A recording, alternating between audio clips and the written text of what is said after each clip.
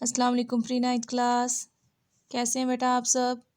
امید ہے کہ آپ سب ٹھیک ہوں گے اور جو کام آپ کو دیا جاتا ہے اس کا ساتھ ساتھ اچھے طریقے سے یاد بھی کر رہے ہوں گے اور ناگہانی آفات سے بچنے کی دعا بھی روزانہ پڑھتے ہوں گے۔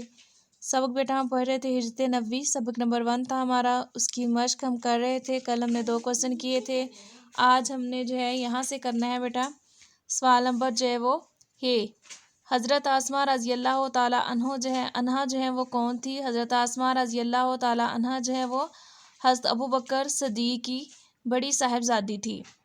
قریش نے رسول پاک صلی اللہ علیہ وآلہ وسلم اور حضرت ابو بکر رضی اللہ تعالیٰ عنہ کو گرفتار کرنے کا کیا انعام مقرر کیا تھا؟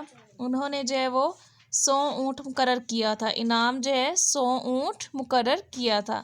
سراقہ بن حشم کیسے طائب ہوا؟ سراقہ بن حشم جو ہے کیسے طائب ہوا، اس کا جواب نوٹ کریں۔ سراقہ بن حشم رسول اکرم صلی اللہ علیہ وآلہ وسلم اور حضرت ابو بکر رضی اللہ تعالیٰ عنہ کو گرفتار کرنے کی نیت سے ان کے قریب پہنچا تو اس کے گھوڑے کے پاؤں جو ہے وہ زمین میں دھنس گئے، یعنی زمین میں پھنس گئے۔ اس نے رسول کریم صلی اللہ علیہ وآلہ وسلم سے امان طلب کی ہو تو اسے امان نامہ جو ہے وہ لکھ دیا گیا۔ دوبارہ ان کے کوسچن کے جواب سن لیں۔ حضرت آسمہ رضی اللہ تعالیٰ عنہا جو ہے وہ حضرت ابو بکر کی بڑی صاحبزادی تھی۔ قریش نے رسول پاک اور حضرت ابو بکر کو گرفتار کرنے کا کیا انعام مقرر کیا تھا؟ 100 اونٹ مقرر کیا تھا۔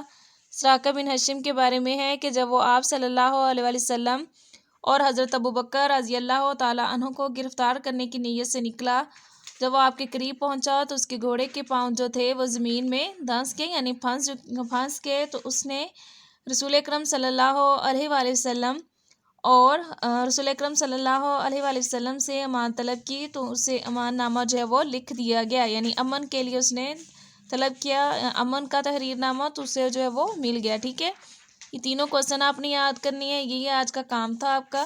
فی امان اللہ۔